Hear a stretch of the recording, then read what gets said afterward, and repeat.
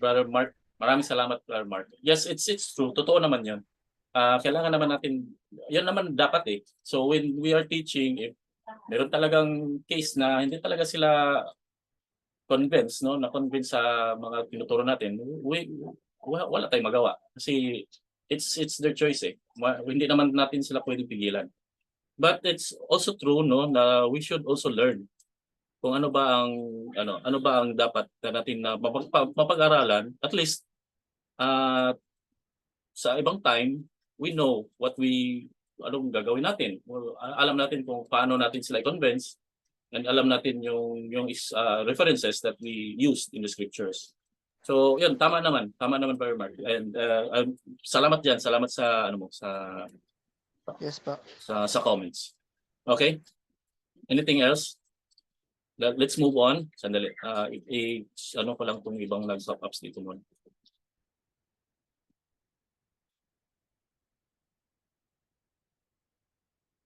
Okay, Sister Abigail, siguro pa lang Sister Abigail, may nag-pop up kasi dito, ngayon ko lang nabasa. Pero sige, okay lang kung halimbawa kung gusto niyo i-close yung camera kung meron tayong inaalagaan or ano ba. Well, okay, sige, so let's move on. Si Brother Paul, mayroon pa bang sasabihin? Brother Paul Doble? So, ayun po. Isa po sa nakita kong pinakamagandang way na pag-teach po lalo na po kasi kapag gagamitin natin yung Bible. Kasi yung mga tao sa labas o yung ibang tao Yes. is yung Bible lang yung pinaniniwalaan nila. And pag mag-explain sila ng Bible is parang feeling nila na yung Bible is para sa time talaga natin. Which is okay. Pero mostly, parang ang Bible kasi journal compilation siya ng mga journals or mga sulat ng mga apostles, prophets, and teachers dati. So pag magbasa tayo ng Bible, dapat salain natin, sinabi mo brother na hanapin natin yung history, bakit ganun yung sinulat. Then pag nahanap na natin kung yung history, bakit yun yung sulat sa kanila, sa mga taong sinulatan, saka natin sasalain yung mga principles and truths na align sa gospel principles sa simbahan. And yun lang yung yun yung pinakamagandang ituro natin. Kasi yun yung magiging common ground ba ng tinuturuan natin or yung gusto makinig sa atin, sa sarili natin at sa teachings ng simbahan ngayon. Yan lang po. Okay, sige. Yes, Brother Paul. Maraming salamat, Paul. Yes, it's part sa sa teaching skills natin. Kailangan natin ng context, kailangan natin ng ideas, kung ano ba ang nakaloob doon sa mga binabasa natin. But anyway, if sa topic na ito, baka mapalayo tayo sa topic. Gusto ko lang i-remind na dapat ang importante sa pag-aaral is to know the context. And kahit ako din minsan parang nagkakamali ako sa mga bagay-bagay dahil siyempre hindi natin alam talaga kung ano ang context, no? So dapat pag-aralan natin. Alamin natin kung ang other sources like sa mga for example itong Galatians, it was linked actually sa the Acts. If hindi natin basahin yung Acts 15, yung continuous verses na yon, hindi natin malalaman na itong Galatians pala nabuo ito dahil doon. So yan yung mga yan yung mga reason na kailangan natin maintindihan yung mga context sa scriptures. Okay? And let's move on. So okay, pag meron kayong may questions or mag-raise lang kayo ng hands and tingnan ko na lang dito kung anong mga anong mga makikita ko kasi minsan nagpo-pop up kayo eh. And minsan naka-cover sa aking screen. Okay? So these are the questions na gusto nating i-answer ngayon. Questions like, how can a man be justified by faith in Christ? How was Christ the Redeemer? And what are fruit of the Spirit? Actually, yung sinabi ko kanina, the fruits of the Spirit, magbigay kayo ng insights mula sa chapter 5 to 6 and you will, kayo na ang mag-explain ito. Kayo na, hindi naman explain. Kumbaga, kayo na ang magbigay ng kung ano mga nagustuhan nyo sa mga nababasa nyo. Kasi actually parang gusto kong kuyari kasi dito is meron tayong interactions. Hindi lang ako ang nagsasalita. mas maganda meron din kayo para makita ko kung ano yung mga naintindihan nyo sa scriptures. Okay? Pero anyway, kung hindi natin maabutan yan, medyo mahaba kasi yung topic natin. I-ano na lang natin, putulin na lang natin kung hindi natin maabutan yung iba. Okay? So let's move on. So the old laws and the false gospel. Now, during those times, sa letter ni Paul, meron siyang na-mention nito sa chapter 2, I guess it's chapter 2. Yes, it's chapter 2 verse 3. Sabi niya, but neither Titus who was with me, being a Greek, was compelled to be circumcised. So si Titus, brothers and sisters, he was a Greek. Now, and alam natin yung Greek is part of the Gentile nation. We're part of the Gentiles. So hindi siya kabilang sa house of the Jews.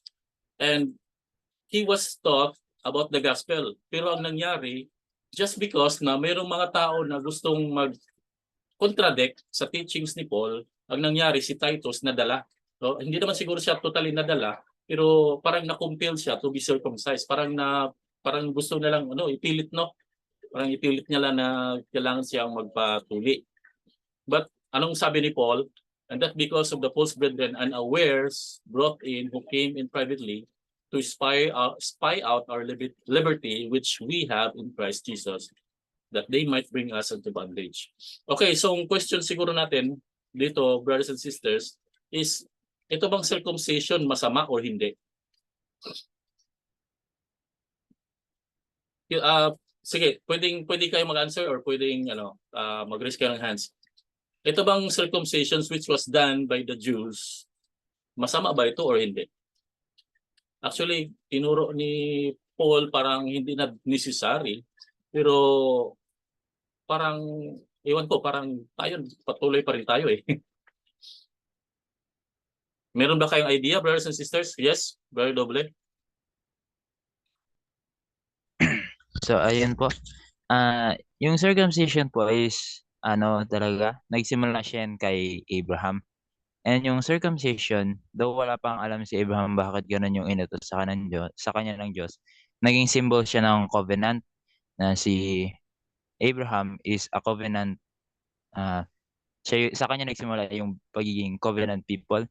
And yung magiging seed niya and yung lahat ng magpapatuloy na kasama niya is magiging covenant people ng Panginoon. Mm-hmm. And sa law of Moses, naging compulsory siya para maging part ng covenant people lahat ng mga Israelite. And during sa time ni Jesus Christ, yung circumcision is naging na lang siyang normal. So, dinitreat nila as normality, which is, kaya sinabi ni Jesus Christ na circumcised heart. Wala namang tutuliin sa puso. Pero ang ibig sabihin nun, kailangan yung puso is handa na makipag-covenant kay Heavenly Father and Jesus Christ. Pero bakit sa panahon natin yun pinapagpatuloy pa rin? Kasi doon na pumapasok yung study ng science na yung pagtutuloy pala is maganda siya for hygienic. So, double purpose yung binigay dati kay Abraham. So, pang hygienic and as a symbol of covenant. Sa panahon natin, meron pa rin tuli, pero yung iba, hindi nila pinapractice. Okay lang yun kasi sinabi ni Jesus Christ, ang nire-require niya na is yung circumcised heart. Pero kung titignan din natin yung circumcision for hygienic, okay rin siya. Kasi hygienic siya, part din siya ng word of wisdom na alagaan natin yung katawan natin. Yes. Okay. So maraming salamat, Brother Doble. And nakuha mo yung idea actually. Ang circumcision was actually sa panahon ni Paul, si Peter, pinagpatuloy pa rin niya ito. And yun nga, parang naano siya ni Peter eh. Parang hindi naman siya na-offend, no? Na parang napagsabihan niya si Peter na dapat hindi na, alam mo na ang tama eh. Dapat ipagpatuloy mo na ang gospel ni Jesus Christ. Hindi na yung laws, batas ni noon. Which is, in fact, ibig sabihin ni Paul dito is yung anong tawag nito? Custom nila or spiritual custom nila, hindi yung actually yung ginagawa lang natin is nagpa-circumcise tayo. It is not because related sa mga anong tawag nito? Related sa laws, no? Related sa batas, no? Ng panahon ni Abraham, na panahon ni Moses, no? we are doing this, yun nga ang sabi ni Brother Paul, just because to be hygienic, which is correct, tama naman. We are not doing this. Pero dito kasi, ang gustong iparating ni Paul sa mga tao dito is they still follow yung teachings of the old laws, which is the teachings of the Torah. And mostly, nadala dito si Peter, nadala dito yung ibang mga saints, yung ibang saints nga na makikisalo sa pagkain na sa mga hintel, no? Minsan hindi nila pinapansin, hindi nila pagsasaluhan, which is in fact nandun naman yan sa old laws talaga. Pero which is nandito ka na sa gospel, hindi na dapat ganoon. No, na you are now free eh. You are now hindi ka na dapat hindi ka na dapat babalik doon eh. I mean, parang nasa kulungan, no? If you are free, bakit ka ba babalik sa kulungan? Parang kakaiba naman yata, no? You're free, then go ahead, be free. Hindi wag mo nang balikan yung mga times na you are bondage to the laws.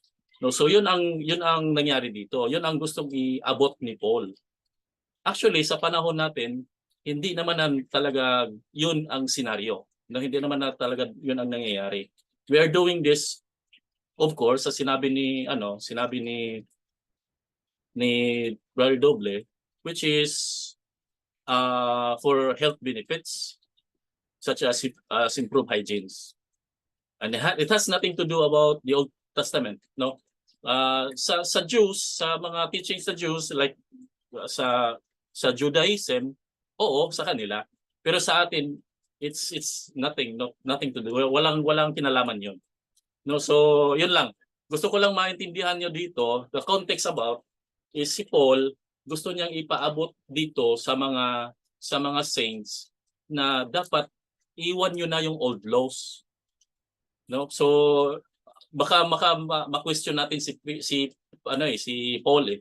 Baka ma-question natin siya na bakit naman Paul, bakit naman ayaw niyong magpatuli or parang hindi mo yata gusto yung maging malinis. No, parang hindi naman ganoon. Ang gusto lang iparating dito ni Paul is to get out of those old tradition. No, so 'yun lang. Baka lang yung kumbaga parang gusto ko lang sa inyo emphasize that it is not about sa mga laws of Moses or sa mga teachings of the Old Testament. Paul wants them to follow the teachings of the gospel. Okay? So let's move on. Okay, so hindi na tayo magtagal dyan. And these are some parts that was taught in Moroni. And more of it sa Doctrine and Covenants section 78, where it was taught or explained Paul sa letter niya sa Corinthians. Okay, so let's move on. Now, dito tayo sa old laws and the false gospel. Sabi dito ni Paul, now knowing that a man is not justified by the works of the laws, but by the faith of Jesus Christ. Even we have believed in Jesus Christ that we might be justified by the faith of Christ and not by the works of the law. For by the works of the law shall no flesh be justified. Now, notice the word here, yung salita dito na justified. Sa epistle niya sa Galatians, actually it was mentioned more than 20 times siguro or 20 times. No, more or less. It was 20 times. And ini-emphasize niya ito justified by faith of Christ. Now, yung question natin kanina, kung naalala niyo yun, balikan natin. Ito yung continuous niya. Yung question natin kanina is how can a man be justified by faith in Christ? And we will find a verse na pwede nating masagot yung question na yan. First verse is in Galatians, Corinthians na pala. In Galatians chapter 2 verse 20, it was all about the atonement. Pwede bang isa sa inyo magbasa regarding sa chapter 20? Pwede ako makahingi ng time ni Angelo. Angelo, pwede mo bang mabasa yung Galatians chapter 2 verse 20? May scripture ka, Brother Angelo? Wait lang po, brother. Hanapin ko Baka lang po. ginamit ko yun. Baka Hanapin ko lang naka-apps po, kayo eh. brother. Wait lang po, brother. Okay, baka naka-apps ka, mahirapat ka yung ano. Anyway, if hindi mo mabasa, sige, ako na lang. Or sige, Paulit po ako ulit, brother. ito, Galatians chapter 2 verse 20. Galatians chapter 2 verse 20. Yung I am crucified po. Yes, yes. Tama. I am crucified with Christ. Nevertheless, I live, yet not I, but Christ liveth in me. And the life which I now live in the flesh I live by the faith of the Son of God, who loved me and gave me himself for me. Yan. So, ang unang, madali lang. So, Paul taught, or nagturo siya, na para ma-justified by faith in Christ is that we must have faith in the Son of God. Yan yung sabi niya, no? By faith of the Son of God who loved me and gave himself for me. Which means we must understand or apply the atonement of Christ. So hindi naman tayo pwedeng ma-justified by faith or yung other term ng justified by faith be ano ba yan? Para worthy, no? We cannot be called ourselves worthy if we don't apply the atonement of Jesus Christ. Okay? Sa general conference, pwede kong i-share ito.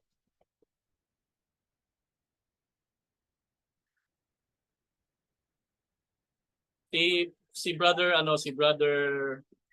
Paul, pwede mo bang basahin ulit? Alin po pala. Ay, ito pa. Yung sa as 8 years old.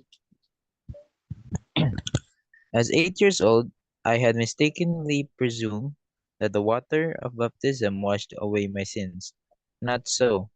In the years since my baptism, I learned that sins are cleansed by the power of Jesus Christ through his atoning sacrifice as we make and keep the baptismal covenant. Then, through the gift of repentance, we can remain clean. I have also learned that the sacrament brings a powerful, virtuous cycle into our life, enabling us to retain a remission of our sins. Right? So anong nakuha mo dyan, Brother Paul? Kagaya po dun sa binanggit po dyan, and ako rin po bilang nabaptize ng 8 years old. Ganun din po yung natutunan ko na nung 8 years old ako, hindi ko naintindihan yung baptism. Bakit 8 years old binabaptize yung member sa simbahan or pag naging member yung magulang pagdating ng 8. Nag-wonder ako ba't yun nun. And yung baptism pala is symbolism ng ng readiness to receive the gift of the Holy Ghost. Pero yung gift of the Holy Ghost, yun kasi magpapatuloy sa atin. And magre-remind sa atin sa baptism na tinik natin sa covenant na pwede tayong mag-cleanse sa pamamagitan ng atonement ni Jesus Christ. Na na-receive na natin yung baptism, na-receive na natin yung atonement ni Jesus Christ. Kailangan lang natin i-forgive yung sarili natin and patuloy na magbago. Yan po. Yes. Maraming salamat, Brother Paul. Now, we must understand, brothers and sisters, sa teachings ng simbahan, ang atonement yung pinaka-central na focus para sa lahat ng mga ordinances or lahat ng mga ordinances na pinaperform natin. So, part of those is yung baptism. Okay? And I don't know kung napansin nyo or siguro hindi, ito yung talk ni Elder Rendland, ngayon na conference to itong October 23 General Conference. It was his talk sa Sunday afternoon session or sa concluding session. Siya yung first speaker and he said this, no, na I mistakenly presume that the water of baptism washed away sins. Not so, yung sabi niya. Kung napansin nyo na parang iba yata, parang hindi yata kakaiba yata. Kasi when we became a member of the church, we are taught that when we are baptized, we were clean. Diba? We have baptism regeneration ang tawag nun. So we will clean and kailangan natin ma-purified by the Holy Ghost. Tama ba? That was taught in the missionaries. So kailangan natin mabinyagan para matanggal yung ating kasalanan, and then it will be after the days, no, sa sunod na araw na yon, kailangan natin ma-receive yung gift of the Holy Ghost that will purify us. And that was taught long time ago. And din ako naalala ko yan. Pero kung pansinin niyo dito na parang ang sinabi ni Elder Renland, hindi yata tama, no, parang mali yata eh. Pero double think niyo siya. What was the bottom line sa teachings or sa gustong ipaabot ni Elder Renland? Yan, magagamit na natin yung dito, yung contextual understanding, no? Elder Renland says that sabi niya, I have learned that the sins are cleansed by the power of Jesus Christ through his atoning sacrifice. And that's what it should be, hindi water of baptism. Ito kasi yung point dito eh. I presume that the water of baptism washed away sins. So nagets niyo yung idea? So ang kasi natin is parang ang water magpapa-cleanse. Pero hindi yun. Hindi yun ang nagpapa-cleanse. It was the atonement of Jesus Christ. Nagets niyo? Nagets niyo, brothers and sisters? Pero kung niyo yung idea na yan na sinaunang turo ng mga missionary, parang hindi yata ganun na. Parang parang magets niyo na parang iba yata ang sinabi. Pero yun nga, kung ipagpatuloy niyo siya, basahin niyo siya ipagpatuloy, the atoning sacrifice of Christ, it was made para tayo ay ma-cleanse sa ating mga pagkakamali. Even nga, brothers and sisters, believe, if I don't know if you believe it or not, na yung mga members na naniniwala kay Jesus Christ, kay Heavenly, or sa teaching sa gospel, and for example, hindi sila nabinyagan, namatay sila, what will happen to them? Will there be possibilities na makatanggap pa rin sila ng baptism? Yes, sa ating panahon, oo. Pero what about those people na sa panahon ni, sino ba yun? Panahon ni Joseph Smith, Reverend G. Kimball, sino pa yung mga props noon? Will they have the opportunity to go to the celestial kingdom? Yes, meron pa rin. And that's how the judgment goes, brothers and sisters. Sa judgment na ni Heavenly Father, ni Jesus Christ yun. Remember sa I don't know, nakalimutan ko kung saan siya banda nakakasulat. Sa Doctrine and Covenants, it says that so yung nakita ni Joseph Smith, yung vision niya sa Celestial Kingdom, he saw his brother Alvin. And his brother Alvin did not know about the restoration of the gospel. Hindi niya alam to. Hindi niya naabutan yung baptism nga eh. Hindi niya naabutan lahat. But Joseph Smith saw his brother Alvin in the Celestial Kingdom. So what gives? So yung question dun, paano yun? Paano nangyari? So that's because it applies the atonement of Jesus Christ. Hindi naman tubig ang pinag-usapan dito eh. Kundi yung pag-apply mo sa atonement ni Jesus Christ sa buhay mo. Kung naintindihan mo ba siya? Okay? Sige, so any questions, brothers and sisters? Bago ako magpatuloy. Okay, kung wala na, let's go. Let's move on. And another thing, brothers and sisters, is baptized and put on Christ. So, pag-usapan na rin natin yung baptized kanina, pero siguro yung salita na put on Christ. Siguro natin, intindihin natin ito. So, this is what one of the sinabi ni Paul sa kanyang letter sa Galatians. He said that, for ye are all the children of God by faith in Christ. For as many of you as have been baptized into Christ have put on Christ. So yung word dito na put on Christ, how would you understand it? Ano ba ang ibig sabihin nito? Baptized into Christ, have put on Christ. So binigyan tayo kay Kristo, tapos dinala natin si Kristo. So parang ganun. or or ano, sinuot, no? Parang put on eh. Okay, so here's what it is in Greek, Nestle Aland. In Nestle Aland, ito yung pagkasabi dito. As many as pour into Christ, you were baptized. Yon, i-baptiste and Christon. And yung naka-yellow na part there, sabihin natin, no? Enideisaste, you have put on. Ang words dyan na enideisaste is the same word as indo, which means to endow or to clothe oneself. Okay? Similarly, when faithful members of the church receive their temple endowment, they covenanted to take upon themselves the attributes of Christ-like life. So that's what it means. So when we become a members of the Church of Jesus Christ, we have separate ourselves sa luma natin na katawan and we have to put on Christ. Kaya nga, yung kanta na have ye received the image of your countenance, nakikita ba ng tao yon na si Kristo yung nakikita niya?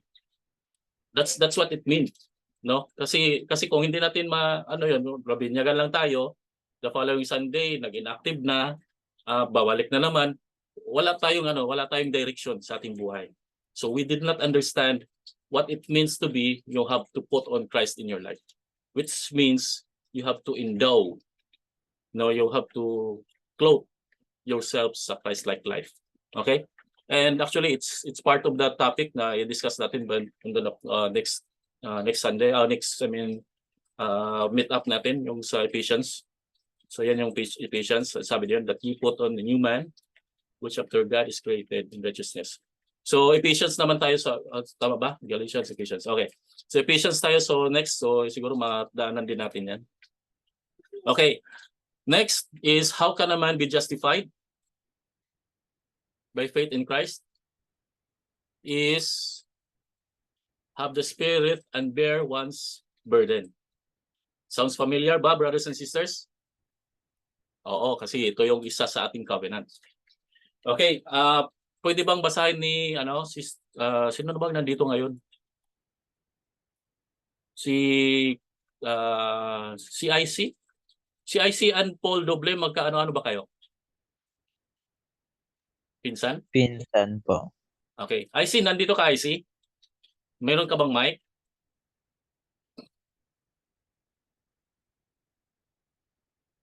Ay, brother, sira po yata yung mic niya. Okay. Sige, si Krisha na lang. Pwede mo basahin, Krisha? Yang 1 and 2 po. Opo, sige. Basahin mo lang lahat. Brethren, if a man be overtaken in a fault, ye which are spiritual, restore such an one in the spirit of meekness, considering thyself, lest thou also be tempted. Bear ye one another's burdens, and so fulfill the law of Christ. Okay, dahil lang ha. Tingnan ko lang may mga nag-pop up dito. Okay, sige. Okay lang. Sige. Okay, sige. Okay lang, sister. Alright, so i-close ko lang yung mga nag-pop up muna. Okay, so sabi dito, brethren, yung sabi niya, if a man be overtaken in a fault, which we are spiritual, restore such an one in a spirit of meekness.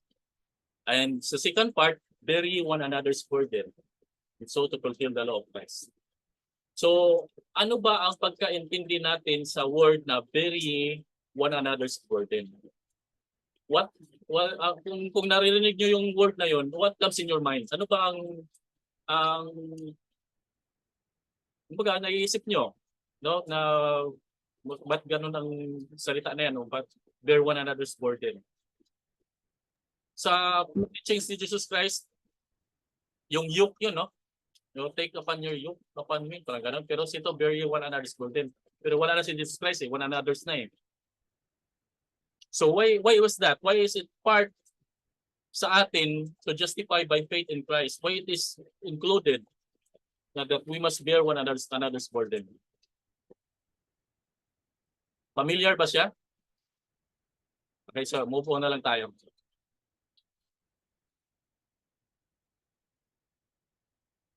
Brother, si Brother Angelo. Can you read it, Brother Angelo? Oh, brother. Ito pong I believe the praise. Oh, yan. I believe the praise. In the path of their duty. Describe discerning brothers and sisters who look for and sit next to people who are alone in church meetings and in variety of other settings. They consistently strive to comfort those that stand in need of comfort without expectation of acknowledgement or praise. Yan. So last part, gusto ko yung last part, no? Without expectation of acknowledgement or praise. So yung sinabi dito ni Elder Bidnar, actually ito yung conference na parating, no? In the path of their duty. Elder Bidnar was the first speaker ng Saturday morning. Oh, tama. Saturday morning yata. In the path of, ito yung topic niya. And sabi niya dito, they consistently strive to comfort those that stand in need of comfort without expectation of acknowledgement or praise.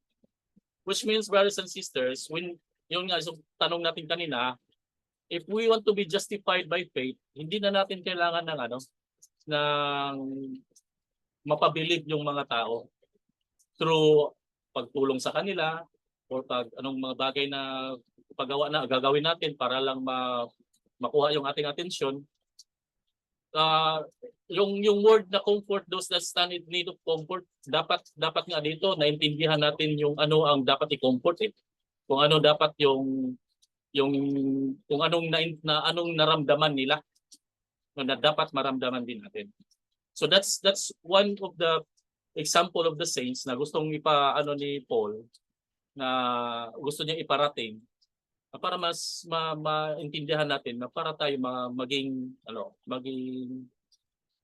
ma-justified sa faith ni Jesus Christ. Okay? So actually naalala niyo yung teachings ni Alma? It is part of the covenants. Actually nakasulat ito sa Book of Mormon. Bear one another's burden. Yung gusto nila mabinyagan sa Waters of Mormon. It is one of the words na ginamit dito is to comfort, the stand in need of comfort, and to bear one another's burden. Okay? So that's part of our baptismal covenant. Actually, brothers and sisters, hindi ko alam kung makaabot pa tayo sa third part. 8:43 na kasi tayo dito. But anyway, okay lang ba sa inyo, brothers and sisters? Or medyo gabi na? Kasi medyo na late tayo nag-start eh. Or i-continue natin. Ha? Ano pa yung brother?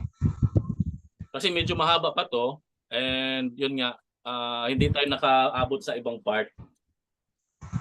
I will leave to you ang na lang sa sunod na siguro magbigay na lang ako sa inyo ng make-up lessons para dito sa ating topic kasi medyo marami. Hindi natin ma-occupy lahat. Sa dami-daming principles, medyo occupied tayo sa lahat ng mga tawag nito. Mga principles na tutunan natin o parang i-brought up natin. Hindi natin ma-occupy lahat sa oras. But anyway, so we don't have enough time. So hindi ko alam kung mapasok pa natin ito lahat. No, so meron pa sana marami dito. And yan, gusto ko sana i-open pa lahat na ito. Pero ibigay ko na lang ito sa make-up lesson sa inyo. Okay? So brothers and sisters, anything else na gusto nyong i-add? Anything else na gusto nyong i-share? Or siguro kung meron kayong gustong sabihin?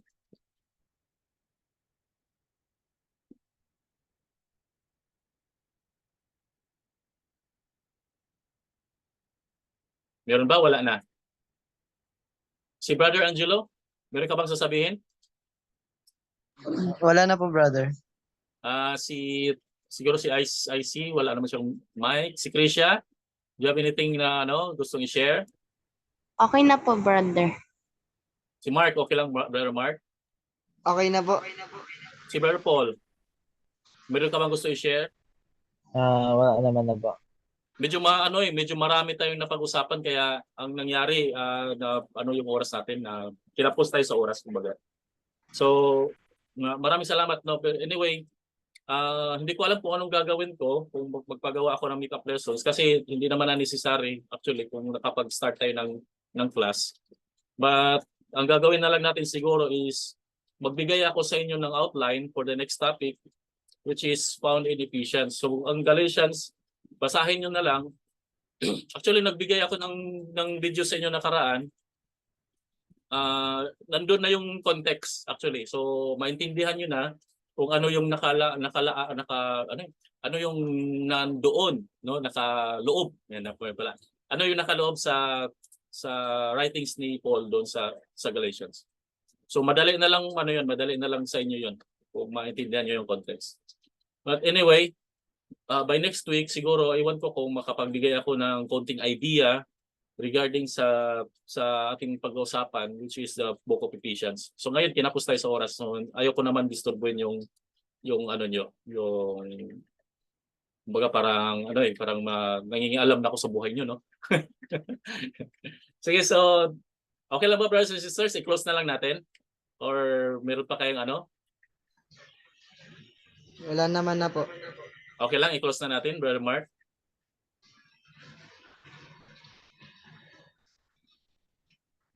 And also sa attendance nyo, i-chat nyo nga muna yung mga pangalan ninyo para mai-add ko pala. No, i-add ko yung mga pangalan niyo sa attendance list at para i-send ko sa stake. Okay? So brothers and sisters, maraming salamat. No, hindi tayo dapat na mag-ano na lang ng oras at baka mapagalitan na kayo sa mga magulang niyo or kung ano pa. But nagpasalamat ako sa inyo at kahit papaano meron tayong konting time. Actually brothers and sisters, medyo pagod ako ngayon. Medyo yung hindi ko maisip kung ano pa talaga ang gusto kong sabihin kasi medyo occupied pa yung utak ko. Kararating ko lang nung kanina na nag-chat ako sa inyo. And basang-basa pa ako sa ulan, no? Kasi naulanan ako kanina. So but anyway, it doesn't matter kung ano ba yan. Ang importante dito is marami tayong matutunan. So you have shared your part and siguro nakashare din ako ng kunting bagay sa inyo. And malaking tulong na rin yon na para maintindihan natin yung mga nakasulat sa scriptures. Next time, sa sunod natin na topic, so gusto ko rin matutunan yung mga part ninyo. So okay lang, brothers and sisters, kung meron kayong mga insights, magbigay lang kayo. No, so gusto ko rin mapakinggan yung sa side ninyo. Okay? So maraming salamat sa pagdalo. Maraming salamat sa time and let's close. I know what shared to you brothers and sisters is importante siya. And I know that if we follow the teachings, lalo na sa teachings ng ating simbahan, ng simbahan ni Jesucristo, sa mga banal ng huling araw ay we will be guided sa pabalik sa ating Ama sa langit. And I know that it is true and I live this to you in the name of Jesus Christ. Amen.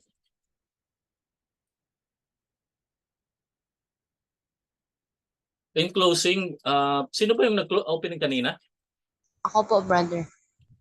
Si Sister Trisha, no? Yes po. And let's ask si brother naman tayo ngayon. Si Brother Angelo? Diyan ka ba, Brother Angelo? Sige po, brother. Pero marinig niyo po ba? Malakas po kasi yung ulan eh.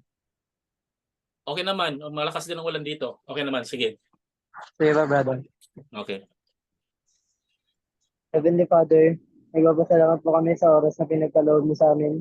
Nagpapasalamat po kami sa mga blessing, sa mga opportunity na binibigay mo sa amin sa araw-araw. Nagpapasalamat rin po kami sa kaligtasan binibigay niyo sa amin araw-araw. Hinihiling po namin na na-apply po namin ang aming mga natutunan. Hinihiling rin po namin na i-bless niyo po kami.